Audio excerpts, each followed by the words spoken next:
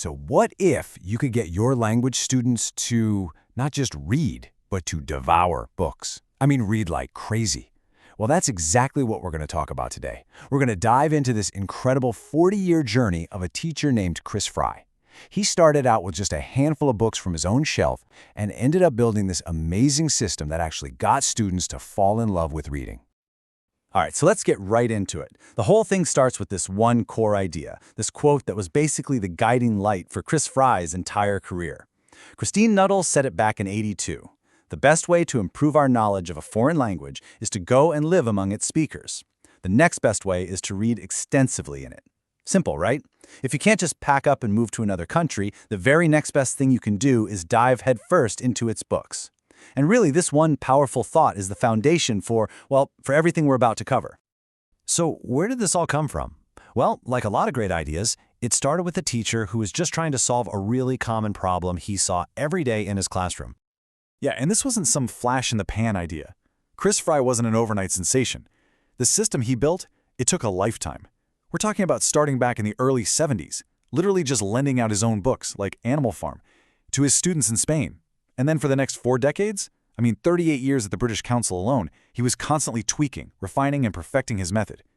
This is a story about dedication, the long game. So what was that problem he was trying to solve? It's something I bet a lot of us can relate to. The system in Spanish schools at the time was, it was kind of a drag. Students would get assigned one book for the whole term. They had zero choice. And half the time, the book was way too hard for them. So what happens? Reading becomes this painful chore, right? It's not fun, it's work. And he just looked at that and thought, no, there has to be a better way to do this.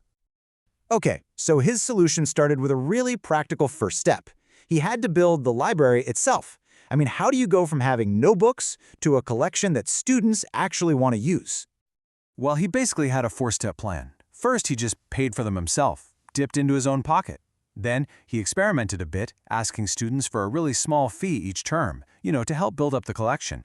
And then, something cool happened. Students started donating their own books. And before you know it, publishers were sending him free sample copies. So what started as just his own personal project, it really blossomed into this amazing community-supported library. But here's the thing, right? And this is the million-dollar question. Just having a big pile of books isn't enough. Not even close. The real challenge is helping a student wade through all those options to find that one perfect book, the one that's going to get him hooked on reading. So, how did he pull that off?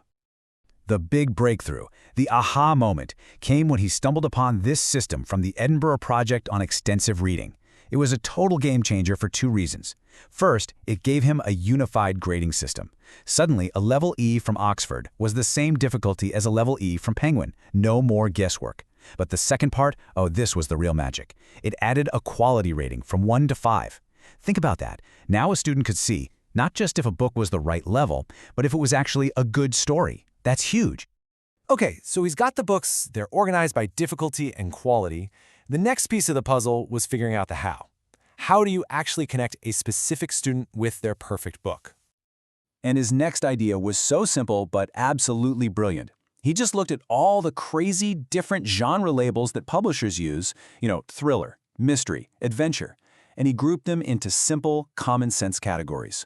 So if you were a student who loved spy novels, you didn't have to search everywhere. You just went straight to the adventure, spy, thriller shelf. He organized the whole thing based on what students actually like, not on some weird publisher marketing term. And this is what it looked like in practice. He made these simple one-page catalogs for each reading level. So you could just flip to your level, and right there you'd see the title, the quality rating, but also these awesome little notes, like, this one's a bit longer, or, even better, actual feedback from other students, like students found this childish. It meant you could make a really smart choice about what to read next.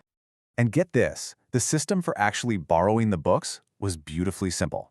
No fancy software, no library cards. If you wanted a book, you just took a sticky note, wrote your name on it, and slapped it on the catalog next to the book's title.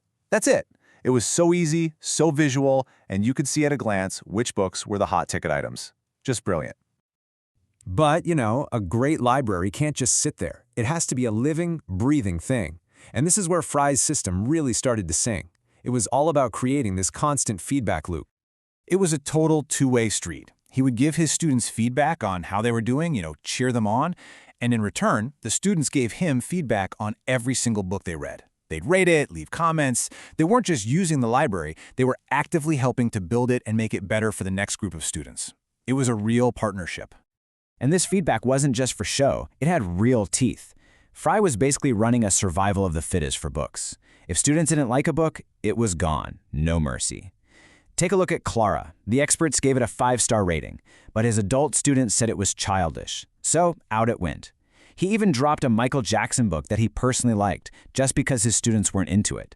And because of that, the library just kept getting better and better, year after year.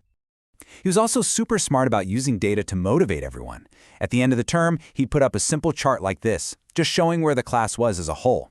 It wasn't about calling anyone out or making people feel bad, not at all. It was about showing them, hey, look what we did together. It created this great sense of shared progress and, a little bit of a friendly push to keep moving up to the next level. So, does this stuff actually work? What happens when a student really clicks with the system? Well, let me just show you a number.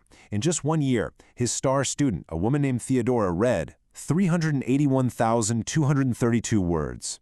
Let that sink in for a second. Almost 400,000 words. And it's not just about that huge number, as impressive as it is. That number represents something much more important. Progress. Real, tangible progress. Theodora started the year reading simplified B1 level books. By the end, she was reading and actually enjoying easy original novels by authors like Alexander McCall Smith. She made the leap. She bridged that huge gap from student books to real books. I mean, that's the holy grail, right?